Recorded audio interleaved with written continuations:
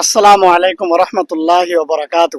মই এতিয়া আছো মাকৰ লগত টাৱাৰ অফ লণ্ডনত থামেছ ৰিভাৰ ওচৰত। আপোনালোকে দেখিব পাৰিছে মোৰ বেক চাইডত tower of London. Napoleon Bonaparte কৈছে, if you give educated mother I will give you good nation.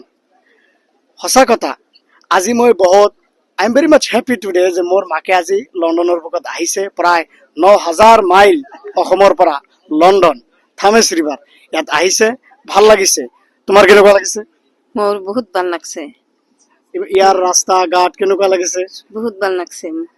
সেইকাৰণে ল'ৰা ছোৱালী ভালকৈ পঢ়িলে মা দেউতাকক যদি আনন্দ দিব পাৰো, আমি খুশি দিব পাৰো, হেপিনেছ দিব পাৰো, ইয়াতকৈ আৰু দুনিয়াত একো নাই। আমি সেইকাৰণে সকলোৱে মা দেউতাকক ইজ্জত কৰিব লাগে, সন্মান কৰিব লাগে। আমি যদি দ্বন্দ্বলোকৰ মালিক হ'ব বিচাৰো, দুনিয়াৰ বুকুত যদি আমি পাৰ্মানেণ্টলি মালদাৰ হ'ব বিচাৰো, ইজ্জত কামাব বিচাৰো, ৰেচপেক্ট কামাব বিচাৰো, মা দেউতাকক সদায় আমি লগত ৰাখিম, সন্মান কৰিম, সিহঁতক টেক কেয়াৰ কৰিম। আৰু দ্বন্দ্বলত আহি যাব, আমি ৰেচপেক্ট আহি যাব, কিন্তু টেম্পৰাৰী যদি আমি মা দেউতাকক সন্মান নকৰো, সিহঁতক সহায় সহযোগিতা নকৰো আমি। সেইকাৰণে মোৰ মাকে লণ্ডনত আহিছে। মই য়ং জেনেৰেশ্যন ক'ব বিচাৰিম, আমি সকলোৱে যিয়ে নকৰো, বিজনেছ কৰি আছো, পঢ়ি আছো, লেখা পঢ়া কৰি আছো, মা দেউতাকক সদায় টেক কেয়াৰ কৰিম। চ' তুমি সদৌ অসমৰ য়ং নজোৱান ভাই ভনীসকলক কি ক'ব বিচাৰা?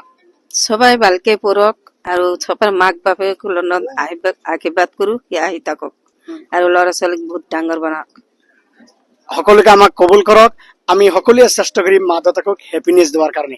B happy, stay happy and healthy. Thank you very much.